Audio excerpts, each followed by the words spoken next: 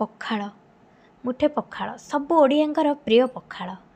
सी खरा हो वर्षा हो शीत हो जहाँ भी हो पखाळ मुठे खाईदेले ना आत्मा पूरा शांति।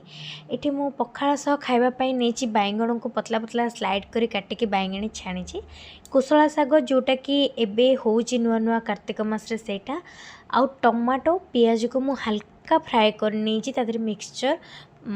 बादाम कंचा लंका पकई टे राग राग के चकटी दौची पखाळ सह किसी चकटा चकटी निहाती दरकार जो थे पखाळर मजा पूरा आसी जाए। ता छड़ा मुझे छुंक पखाळ नहीं कि जोटा कि अरुआ पखाळ तादरे मु अल्प दही छुंक भृसंग पत्रर छुंक नहीं और गाजर आंब कषिया अदा पड़े मत भल लगे आंब कषिया अदा जेहेतु ना मुझे स्किप कर जाइए गाजर पकई